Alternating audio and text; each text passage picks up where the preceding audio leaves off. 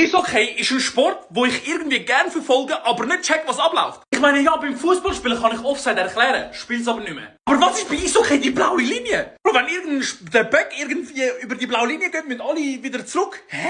Oder wenn der Goalie irgendwie hinter das Goal geht, dann müssen sie an einen Punkt und dann gibt's Bulli.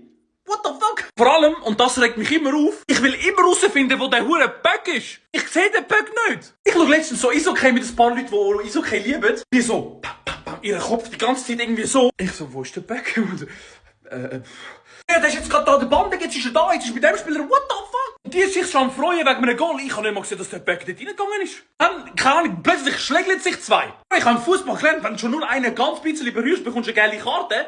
Und kannst 10 Minuten raus, damals in der C-Jugend. Im Eishockey fetzen sich Leute Grind ab, müssen 2 Minuten raus und dann wieder aufs Spielfeld.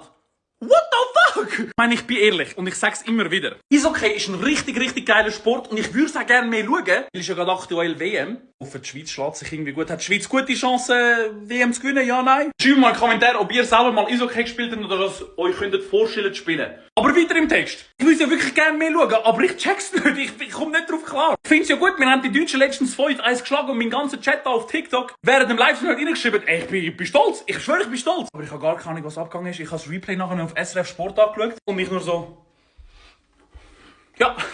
Ist es nicht schwer, das Goal zu schiessen? Das ganze Goal ist im Goal drin. Ich brauche Hilfe, ich brauche Tipps für Eishockey schauen, bitte.